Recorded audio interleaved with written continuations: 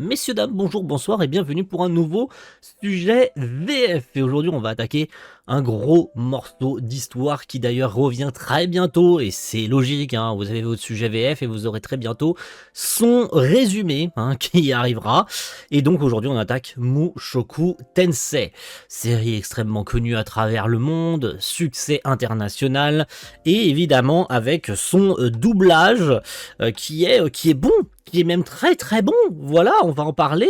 J'ai noté les rôles principaux, évidemment, qui sont sur la miniature, et quelques mentions honorables que je voulais évoquer parce qu'il y a de très très gros noms sur ce doublage belge, bien sûr. Mais honnêtement, il est à noter, ce doublage, parce que la saison 1 était vraiment très très bonne, même si un petit peu évasif, et on connaît pas le vrai studio chez qui a été enregistrée la saison 1, puisque, pour commencer sur ça, la saison 1 était chez Ivanti. Alors en tout cas, a priori, ça aurait été un doublage qui était sous-traité. Voilà, il y a des rumeurs comme quoi en fait Ivanti, c'est pas chez vraiment le studio de doublage, et qu'Ivanti en réalité ils ont été crédités en studio de doublage, mais que le doublage a été fait ailleurs. Malgré tout, c'est un doublage dirigé par Cécile Florin, qui d'ailleurs double dans cette série, et un personnage extrêmement apprécié dans la fanbase, on en parlera tout à l'heure. Tandis que la saison 2 est passé chez Lilo Media Group, et il y a des rumeurs, du coup, pour rebondir là-dessus, comme quoi la S1 était déjà fait chez Lilo à l'époque, même si j'ai quand même des doutes là-dessus. Elle était peut-être fait chez SDI Media, parce que c'était l'époque Wakanim, voilà, mais on sait pas, on saura pas, à moins que les personnes concernées, genre c'était Florin, nous disent vraiment chez qui le doublage était fait. Mais je pense qu'il y a des contrats de confidentialité, donc on saura jamais vraiment chez qui ça a été fait. Et Cécile Florin n'avait pas été reconduite sur la S2, elle était remplacée par Laurence César, qui est une excellente directrice artistique, puisque c'est la directrice de Licorice Recoil, qui est aussi la directrice, la DA, pardon, je cherchais le terme, je sais plus de quel doublage, mais elle en a fait de très très bons. Je crois qu'elle fait Laurence César, elle fait Miss Kobayashi, je crois, si je dis pas de bêtises, donc c'est quand même pas rien. C'est une très bonne DA, et c'est ce qu'elle fait. Et elle a du monde entre les doigts, et même si c'est dommage de ne pas avoir retrouvé Cécile Florin sur la S2, ce qui est franchement con pour la continuité, mais malgré tout, la plupart du casting a été rappelé, et de toute façon on va en parler, vous vous en doutez, évidemment. Si vous le voulez bien, on va commencer par littéralement le personnage principal en fait. Ne perdons pas trop de temps. Alors il a 3 voix distinctes, évidemment on parle de Rudeus, qui a 3 voix en réalité. Sa voix vieux, c'est-à-dire sa voix avant sa réincarnation, elle est jouée par Nicolas Matisse, qu'on ne présente plus. Nicolas Matisse, il a fait des dizaines et des dizaines de doublages, c'est Naofumi de Rising of the Shield Hero, c'est une quantité astronomique de doublage, là c'est vraiment juste un exemple comme ça, mais il est partout. Si je vais citer un comédien, parmi toute la ribambelle qu'il en existe en Belgique, ça serait Nicolas Matisse. Voilà, j'ai pas de honte là-dessus. Rudeus jeune, Rudeus enfant, on retrouve Émilie Guillaume, qui je trouve a été super bien castée. Je pense qu'il y avait personne d'autre qui pouvait jouer Rudeus enfant sur la saison 1, parce que je trouve qu'elle a un timbre de voix qui colle parfaitement au personnage, et qui se rapproche vraiment beaucoup de la voix japonaise. C'est ouf en vrai comment on pouvait pas trouver mieux en termes de casting. Alors on l'entend plusieurs fois, Émilie Guillaume, sur plein de doublages et tout, et c'est cette voix enfantine. Alors je vais pas le dire qu'elle ressemble à une Brigitte Lecordier ou autre, mais elle est vraiment la voix des enfants ou des personnages assez jeunes qu'on peut sur qui on peut la caster en fait. Et sur le coup, pour Rudeus, je l'ai découvert d'ailleurs sur ce doublage, Émilie Guillaume, je la connaissais absolument pas, et puis j'ai fini par reconnaître sa voix plusieurs fois après sur des doublages que ce soit antérieur ou ultérieur à Mushoku Tensei, mais franchement banger absolu. Petit big up du coup sur la saison 2, puisque c'est la 3e voix de Rudeus, c'est Brio Le Maire, et oui, qui prend le rôle de Rudeus adolescent sur la saison 2, puisque Rudeus grandit entre la S1 et la S2, donc très logiquement, il arrive entre 15 et 16 ans, et on mue, en fait. Il a une voix ni trop vieille, ni trop jeune, il est parfait pour jouer un ado. En fait, donc j'ai rien en vrai de plus à ajouter, vous aurez les traditionnels passages, même si vous n'aurez pas de Brio Le Maire, puisque vous avez le Blu-ray pour ça, mais voici un petit extrait pour parler de Émilie Guillaume, parce que banger absolu Émilie Guillaume. Oh, pas besoin de le tuer. Pourquoi pas? C'était un criminel. Oh, vous êtes sérieux? Y a rien qui vous dérange? Oh. Pourtant, il y a une bonne raison pour laquelle il ne faut pas tuer les gens. Et quelle raison? À chaque fois que vous tuez quelqu'un, c'est la réputation d'Espeld qui en souffre. Même si c'est une ordure? Le problème ici, ce n'est pas qui est la victime, mais bien qui a été le bourreau. Tout ça me dépasse. Bref, ce qui compte, c'est que vous ne tuiez plus personne. Si vous voulez racheter l'honneur d'Espeld, bien sûr. Et je n'ai aucune envie de me mettre à vous craindre également. Après ça, qu'est-ce qu'on a? On a quasiment 80% de persos féminins. Alors, la série regorge d'un nombre incroyable de personnages. L'univers est gigantesque, donc il y a des voix partout. J'aurais pu parler de n'importe quel personnage, il y en a une quantité astronomique. Mais on va rester sur les persos principaux, si vous voulez bien. On va passer vite fait sur Sylphiette. La première, on va dire, amie d'enfance, et évidemment femme de Rudeus sur la S2, je vous spoil rien, si vous êtes là, si vous avez vu la série. Vous vous en doutez.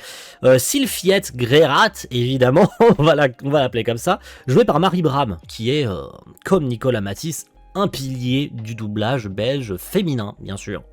On parle bien ici d'une femme. Marie Bram, on l'entend partout. Que ce soit sur des persos secondaires, même des persos tertiaires, elle est là tout le temps. Elle fait des voix, même des voix d'ambiance et tout. Elle est là tout le temps. Vous la verrez, vous regardez un casting belge, une VF belge, même si elle n'est pas sur un perso principal, vous regardez voix additionnelle, elle est là. Elle est là tout le temps. Et pareil, je crois l'avoir découvert sur Sylphiette, alors que pourtant je suis sûr et certain de l'avoir entendu avant Mushoku Tensei, c'est évident, parce que je regardais déjà des VF avant Mushoku. Pareil, absolute choix pour ce personnage-là, qui apparaît pas beaucoup au début de la S1, et puis après elle disparaît complètement, puis elle revient dans la S2 pour une petite partie, même si on la voit pas en tant que Sylphie, voilà, vous vous en doutez évidemment de pourquoi je dis ça, mais parfait, en vrai, comme choix. Il y avait plein d'autres comédiennes qu'on pouvait caster sur le personnage, mais en vrai, choisir quelqu'un d'aussi expérimenté, c'est un choix logique. Ça aurait pu être un choix de Cécile Florin, et évidemment de Laurence César, de ne pas la reconduire sur la S2, puisqu'elle elle grandit elle aussi, donc on pouvait lui donner une voix plus femme, en fait, tout simplement. Et là pas du tout, on l'a reconduit sur la S2 et c'est très bien en vrai pour la continuité vocale, donc merci à Laurence César et évidemment Cécile Florin d'avoir casté Marie Bram sur Sylphiette, ça semble logique. Je ne t'avais pas remercié pour ce pendentif. Je suis contente que tu l'aies reçu. Je me disais qu'il avait dû disparaître je ne sais où. Lilia l'avait gardé et me l'a donné. Ah, d'accord. Dis-moi, Sylphie, pourquoi est-ce que tu te fais passer pour un garçon? Eh bien, par où est-ce que je peux commencer? Tu sais, j'étais là le jour où ton père t'a envoyé de force au loin. Je t'ai vu partir. J'ai été tellement prise au dépourvu que je me suis même jetée sur lui pour le taper. Quoi? Tu l'as attaqué? Oui, c'était tellement inattendu. Je n'avais jamais été aussi triste. Ce jour-là, je me suis juré quelque chose. Devenir assez forte pour pouvoir te venir en aide quand tu en aurais besoin. Alors, si vous voulez bien, messieurs, dames, on va s'attarder vite fait sur un rôle... je suis... parce que oui, on va parler de Mademoiselle Eris. Eris Boreas Greyrat. Et bien sûr, qui a été castée sur ce doublage? C'est Mademoiselle Nancy Philippot. Oh mon dieu, quel banger absolu. Oh mon dieu. Déjà, Émilie Guillaume et Marie Bram et Nicolas Matisse et tout ce que tu veux en fait. C'est bon, c'est même très très bon. C'est même excellent. Mais Nancy Philippot... Mamma mia, comment c'est excellent, comment c'est exceptionnel. Et attention, qu'on soit bien clair, qu'on s'entende bien là, s'il y a quelqu'un là, en Belgique, qui s'est occupé de ces doublages là de Mushoku Tensei. On va se fâcher. Hein. Je vous le dis d'avance, quand le jour où la saison 3 arrive, parce que je vous spoil pas, mais on la reverra bien un de ces jours, Iris, hein, vous vous doutez bien. Si t'es pas dans la S3, ce sera plus tard, hein, voilà. De toute façon, je spoil pas, mais en fait, c'est dans le trailer. Je veux même pas spoiler, c'est dans le trailer de la série. On voit Iris dans le trailer de la S3. Donc, vous vous doutez bien qu'elle revient à un moment donné. On va se fâcher, les mecs. Si vous remettez pas Nancy Philippot sur la VF. Hein. On va se fâcher, hein. Vraiment, vous avez pas intérêt à ne pas la recast. Hein. On va se fâcher très fort. Hein. Vous n'osez pas caster quelqu'un d'autre que Nancy Philippot. On va se fâcher, les mecs. Hein. Vraiment, là, j'insiste sur ce point. Hein. Vraiment, Nancy Philippot, je pense qu'il y avait personne d'autre de mieux pour Iris. Hein. Elle pond une masterclass vocale. Alors, déjà qu'elle est très bonne dans tout ce qu'elle fait en dehors d'Iris et tout ce qu'elle a fait après. Hein, je pense notamment à Toubi sur Nier Automata et bien d'autres. Hein, on se rappelle évidemment sur Rising of the Shield Hero qu'elle a été remplacée. Et c'est pour ça que je dis ça, puisqu'elle a été remplacée sur Rising of the Shield Hero. Elle était sur Raftalia sur la S1. Elle était remplacée par Laetitia Liénard.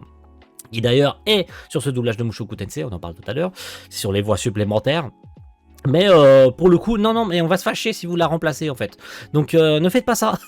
Peu importe la raison, ne faites pas ça, s'il vous plaît, gardez-la, parce qu'elle est exceptionnelle dans ce rôle. Je pense que c'est le rôle de sa vie, c'est vraiment le rôle qui lui sied le mieux. Et s'il vous plaît, ne faites pas la bêtise de la changer. Peu importe qui reprendra le doublage de la S3, si c'est Laurent César qui est rappelé en tant que DA sur la S3 chez Lilo, ne faites pas la bêtise de pas la caster, s'il vous plaît. Par pitié, faites pas ça. Sinon, vous allez vous attirer et mes foudres et les foudres des fans et d'une très grande fan aussi, bien sûr, hein, que je garde en tête. Hein. Vous vous doutez peut-être de qui je parle. Hein. La pote à la compote. Parce qu'on adore tous les deux Nancy Philippot et Iris, évidemment. Donc, ne faites pas ça, sinon vous allez attirer les foudres de deux grands fans du personnage. Donc, ne faites pas cette bêtise. Voilà. Tu sais à quel point Rudeus est extraordinaire? Il est très intelligent et super fort. Il est doué en tout. Mais ce n'est pas pour autant qu'il néglige son entraînement quotidien. Il est impressionnant. Tout ce temps, chez les démons, je n'ai jamais eu peur. Parce qu'il était à mes côtés. Rudeus est si fort que je n'ai jamais pensé un seul instant qu'il pouvait mourir lui aussi. Moi, je suis bonne à rien. Je suis impuissante. J'ai toujours compté sur lui, et c'est tout. Rudeus pensait toujours à nous avant tout, en toutes circonstances. Et je n'ai jamais rien fait en retour. J'ai été horrible avec lui. Quand j'ai pris sa main, j'ai vu qu'elle était plus petite que la mienne. Rudeus, je t'aime de tout mon cœur! De tout mon cœur! De tout mon cœur! Un jour, j'irai le retrouver. Je vais m'entraîner et je deviendrai assez forte pour vaincre le dieu dragon. Et ce jour-là, quand je serai prête, je pourrai protéger Rudeus.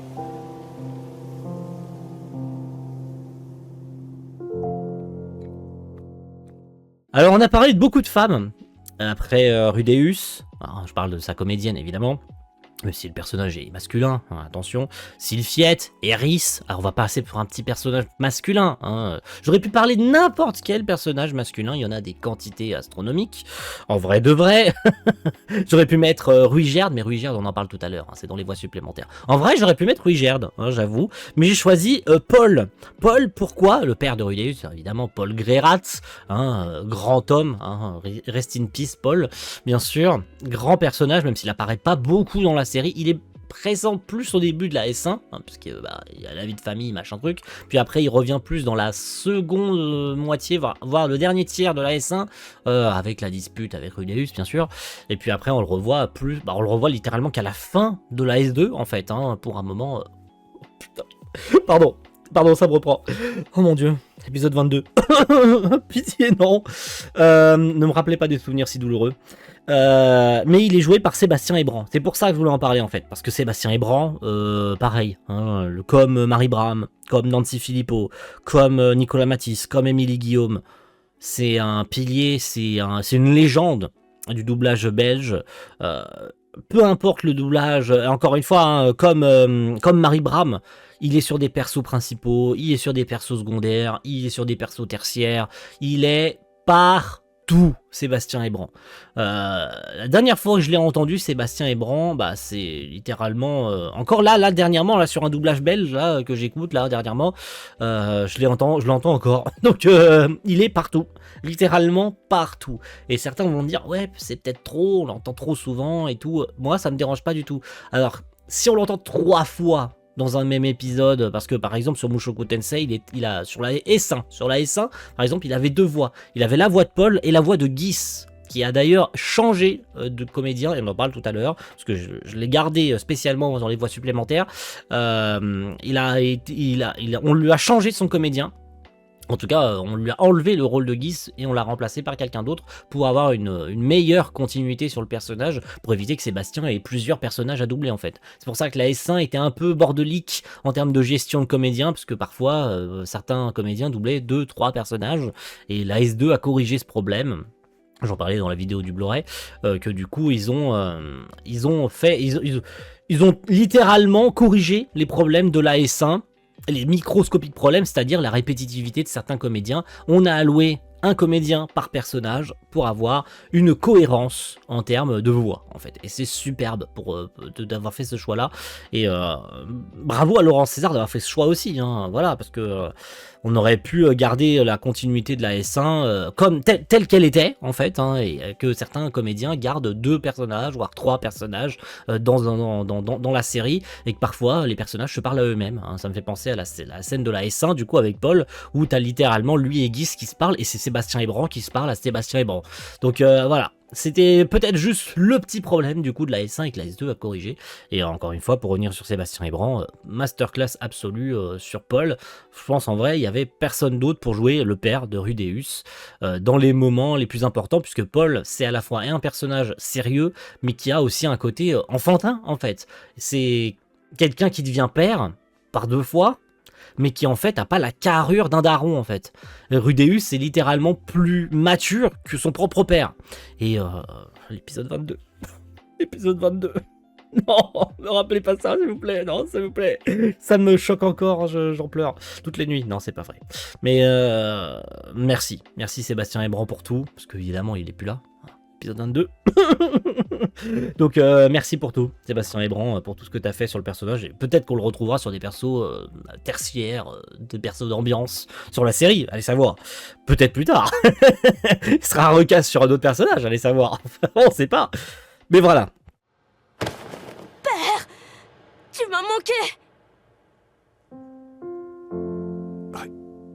Rudy, Alors, tu n'as rien à dire à ton fils adoré? Pas un seul mot?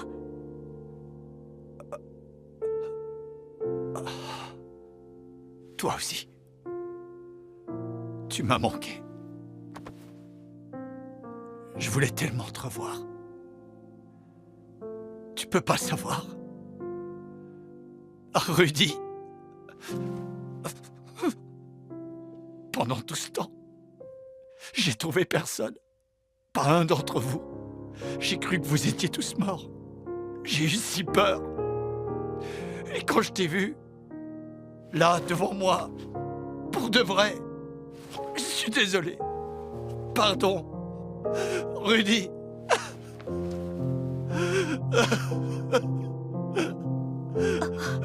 Non, père. C'est à moi de le dire. Pardon pour tout. C'est ainsi qu'après une longue séparation, j'ai pu enfin retrouver mon père. Et puis le dernier, du coup, que je voulais mentionner, bah, c'était évidemment la deuxième femme de Rudeus, la grande, non, en vrai, non. Alors, elle est plus grande dans le roman. C'est vrai que l'animé, malheureusement, a fait le choix de la mettre, de lui donner un physique d'enfant. Et ça, c'est vraiment dommage pour le coup, parce que dans le roman, elle est vraiment plus grande que ça. Et on parle évidemment de Roxy Megurdia, bien sûr, la maîtresse en magie de Rudeus dans la saison 1, qu'on revoit dans la S2, qui est interprétée par Sophia Atman. Alors, j'ai appris quelque chose concernant Sophia Atman. En fait, elle a deux prénoms. Elle est souvent castée en tant que Sophia Atman, alors qu'en réalité, elle s'appellerait Sophia Abouatmané. Et d'ailleurs, je fais l'erreur dans la vidéo du Blu-ray de Mushoku de la S2, puisque je dis Sophia Atman et Sophia Aboitmané. Mais en fait, c'est la même personne. Voilà, vous cherchez Sophia Atman sur Google, vous allez tomber sur le nom de Sophia Aboitmané. Parce qu'en réalité, elle est castée sur certains doublages avec ce nom. Alors, je la trouve un petit peu moins bonne sur la S2, étonnamment, je sais pas, c'est peut-être juste le fait de ne pas l'avoir entendue pendant un petit moment qui m'a un peu chamboulé, voilà. J'avais eu l'impression d'ailleurs que la comédienne avait été changée sur la S2, alors qu'en fait pas du tout, c'était toujours elle, mais il avait, je sais pas, ça m'a choqué. Alors que sur la S1, je trouvais que c'était bien, bah, en même temps, c'était sa première apparition sur la série, mais sur la S2, voilà, ça m'a un petit peu, voilà, un petit peu juste, je l'ai trouvé bizarre sur la S2, voilà. Après, c'était juste le temps que ça me revienne en tête et que, voilà. Elle a une voix particulière, Sophia Aboitmané, elle est très très bonne dans ce qu'elle fait. Elle en a fait des voix, Sophia Aboitmané, dans d'autres doublages.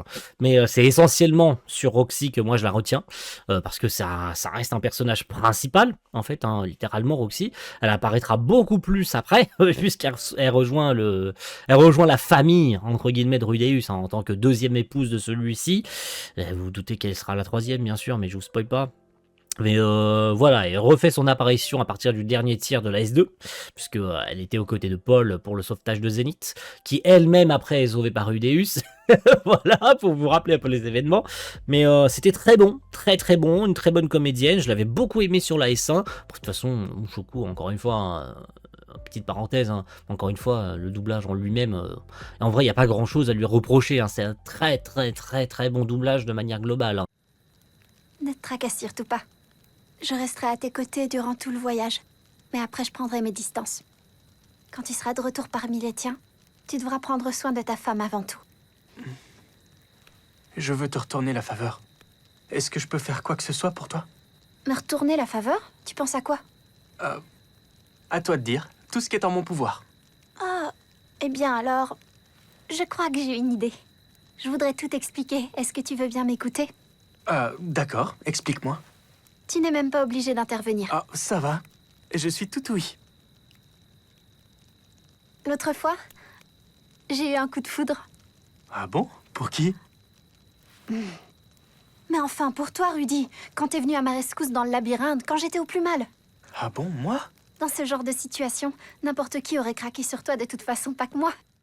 C'était comme si mon homme idéal venait d'apparaître devant moi. Après ça, durant toute notre exploration, je n'arrivais pas à détacher mes yeux de toi.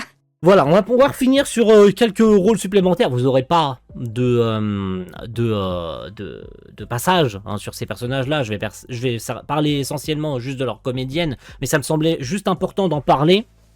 Parce qu'encore une fois, Mushoku, c'est un casting 5 étoiles. Il y a vraiment un casting de fou sur ce doublage. Donc voilà, j'ai noté quelques petits rôles importants qui me semblaient très très importants d'ailleurs. Guylaine, la maîtresse d'Eris, sur la première moitié de la S1. Parce qu'après, il y a la catastrophe magique, donc on la revoit pas avant la fin de la saison 1. Et puis après, bon, elle part en voyage avec Eris, donc forcément, on la revoit plus, c'est logique. Et ben, c'est Cécile Florin, justement. C'est pour ça que j'en parlais en préambule au début de la vidéo. Cécile Florin faisait une voix d'un personnage important de la série et apprécier le personnage. Et bien, c'est Guylaine. Et elle est très très bonne, en fait. J'avais aucune idée que c'était la directrice artistique qui faisait sur Guylaine. Et en vrai de vrai, banger. Ruygerd, j'en parlais d'ailleurs, vous l'avez eu sur le passage de Rudeus, Ruygerd. C'est Alexandre Crépet qui, comme Sébastien Ebran et tant d'autres, vous l'entendez partout, Alexandre Crépet. Bref, grossièrement, tous ceux même que vous entendrez après, vous les entendez tout le temps. Voilà, c'est évident, mais Alexandre Crépet, pareil, c'est la 1550e voix que vous entendez tout le temps sur les doublages belges. Il est là sur les persos principaux, secondaires, tertiaires, les personnages de fond que vous entendez dans le public, qui parlent dans la cour de l'école quand c'est des lycéens, machin. Vous l'entendez partout, littéralement partout. Pour continuer un petit peu sur le reste du casting, alors j'ai choisi par exemple Nana Oshii, j'en parlais tout à l'heure, Laetitia Liénard qui est Nana Oshii. C'est bien, pareil, c'est très très bien, rien à dire de plus. Vous avez qui d'autre? Vous avez Elina Lise, Dragon Road, qui est Claire Tefnin. Claire Tefnin, on la présente plus, Claire Tefnin, évidemment, c'est Tanya, dans Tanya of the Evil, c'est plein d'autres voix, d'ailleurs que je continue encore aujourd'hui à confondre avec Marie Bram. Alors, plus ça va et plus j'arrive enfin à ne plus me tromper sur qui est qui. Mais il m'est arrivé encore dernièrement de me tromper entre Claire Tefna et Marie Bram. Et puis pour finir, bah pour Guis, voilà, je voulais terminer, je termine pas sur Guis, hein, il en reste un dernier. Et le dernier, vous le connaissez, la voix, je vais vous donner son nom, vous le connaissez forcément. Et si vous le connaissez pas, je vais vous donner le rôle de sa vie, et vous allez me dire, non, MDR, c'est lui. Je vous tease. Ah, attendez ça, ne sautez pas s'il vous plaît. On parle de Guis, et bah justement, Guis, j'en parlais du coup tout à l'heure, c'était Sébastien Ebran sur la saison 1 qui le doublait lui-même. Voilà, c'est pour ça que Paul et Guis, quand ils se parlent, bah c'est Sébastien Ebran qui parle à Sébastien Ebran, et il a été remplacé par Philippe Allard sur la S2 pour une meilleure logique en fait, hein. Et c'est très bien. C'est très bien que ce choix a été fait. Alors ça m'a choqué, évidemment, hein. J'étais là en mode quoi? Même DR, il a plus du tout la même voix, c'est quoi ce bordel? Et après coup, eh bah pas du tout, c'est une très bonne chose, c'est un très bon choix qui a été fait en fait. Non, c'est pas du tout une mauvaise chose, au contraire, que quelqu'un d'autre, et Philippe Allard ou quelqu'un d'autre, hein, bien sûr, hein, et Philippe Allard le joue très bien, et d'ailleurs Philippe Allard qu'on retrouvera sur un prochain sujet VF, hein, que je compte tourner dans les prochains jours, pour le mois prochain, bien sûr, parce que j'entends 2 à la suite, ou en tout cas très proches l'un de l'autre, et Philippe Allard, vous l'entendrez sur un autre rôle clé sur la série suivante, sur le prochain sujet VF, et il peut jouer plein de rôles différents, Philippe Allard.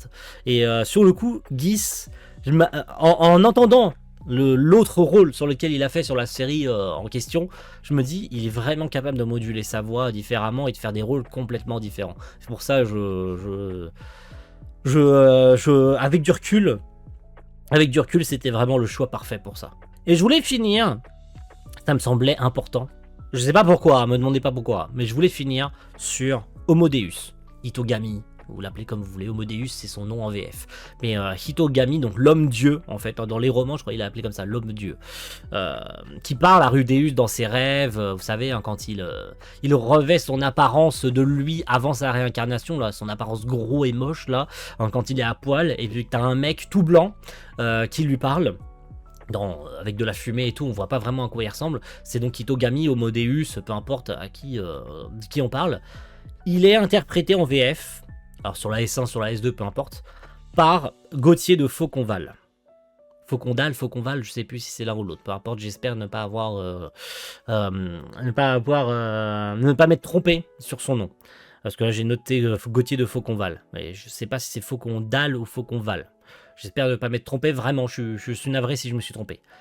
Gauthier, je vais l'appeler Gauthier, pour pas me tromper sur le reste. Vous le connaissez ou pas? Je vous laisse 2 minutes. Ah, non, 2 minutes ça va être long, je vous laisse 10 secondes. Est-ce que ce nom vous dit quelque chose? Non? Vous êtes sûr, hein? Ça vous dit franchement rien ce nom? C'est Minato? C'est Minato de Naruto? Ouais? Ouais, c'est bien ça, ouais, vous vous trompez pas, c'est bien lui. Ouais. C'est bien Minato de Naruto. Ouais, c'est ça, c'est ça, vous êtes pas trompé, c'est réel. Cherchez si vous me croyez pas, c'est bien ça, waouh. Waouh. J'avais absolument aucune idée que c'était lui qui était casté sur ce personnage-là. Alors, c'est pas un personnage récurrent, alors plus sur la S1, il est plus présent de temps à autre pour donner des conseils à Rudeus, et puis après on apprendra plus tard que c'est peut-être pas le personnage qu'on imaginait, Homo Deus, mais j'en sais pas plus que vous, hein, mais je me fais des idées sur certains wikis et tout, c'est volontaire, je me suis spoilé sur certains wikis et tout. Donc voilà. Mais Gauthier, waouh. Pareil, qu'on ne le remplace jamais sur la suite de la série, s'il vous plaît. Parce qu'en vrai... Après que j'ai su que c'était lui, c'est-à-dire là, pour l'écriture de cette vidéo, j'ai su que c'était lui. Quand j'ai cherché les castings et tout, je me suis dit, mais ce nom, il me dit quelque chose. Oh, quoi? C'était vraiment le choix le plus parfait que je pouvais faire pour finir. Alors, vous vous doutez bien, je le disais tout à l'heure, je l'ai répété 1001 fois. Il y a 1 milliard de personnages en bouche au côté de sel. Le doublage est gigantesque. Il y a vraiment un nombre de personnages astronomiques et par conséquent, énormément de comédiens. Vraiment une quantité énormissime. Ça doit se compter dans les 30 ou 40 comédiens, un truc comme ça. J'exagère, mais ça se trouve, on en est là. Hein. Encore une fois, entre les voix saison 1, les voix saison 2, etc., le doublage est vraiment astronomique. Donc voilà. Et ça va continuer.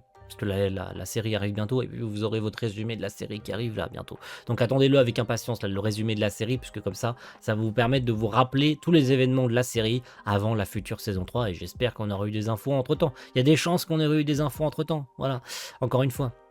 Donc si c'est le cas, eh ben, tant mieux, et si c'est pas le cas, bah, on attend des infos. Mais je pense qu'on aurait eu des infos entre-temps. Voilà, merci à tous, et rendez-vous très vite pour le prochain sujet VF. Ciao tout le monde, bye.